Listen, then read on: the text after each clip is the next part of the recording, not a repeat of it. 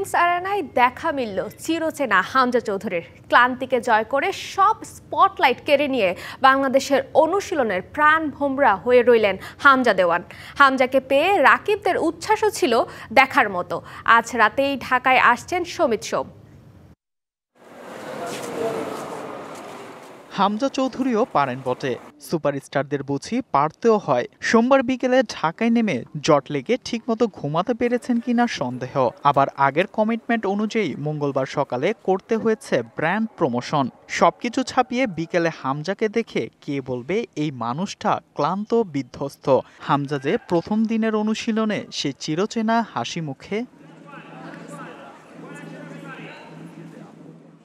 ভারত ও নেপাল ম্যাচকে সামনে রেখে বাংলাদেশের ক্যাম্প চলছে ৩০ অক্টোবর থেকে। সেই ক্যাম্প যেন হামজার উপস্থিতি পেল পূর্ণতা।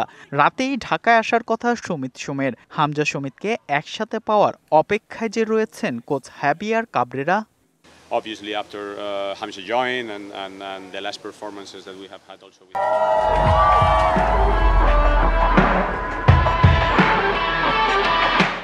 হামজা দলের সাথে অনুশীলন করেছে, রাতে আসবে সমিত, তাতে আমাদের শক্তি আরও বাড়বে। আমরা যদিও বাছাই পর্ব থেকে ছিটকে গিয়েছি, তবে আমাদের মূল লক্ষ্য ভারত ম্যাচ।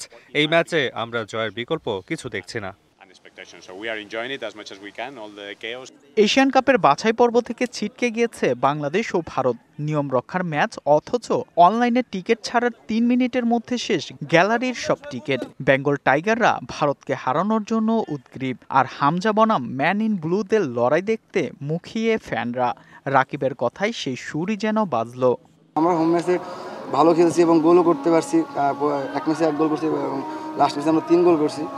তো চেষ্টা করবো যে সামনে 2টা ম্যাচ আছে, একটা ম্যাচ আমাদের হোম ম্যাচ। তো এই বছরের লাস্ট ম্যাচ এই ম্যাচটা। তো আমরা চেষ্টা করবো ইন্ডিয়ার সাথে এই ম্যাচটা জিতে দেশবাসীকে একটা ভালো একটা জয় করে দেওয়া। 13ই নভেম্বর নেপালের বিপক্ষে প্রীতি ম্যাচ বাংলাদেশের। 18ই নভেম্বর এশিয়ান কাপ বাছাই পর্বে ভারতের মুখোমুখি হবে হামজা জামালরা। Fardin Saju, DBC news, Dhaka.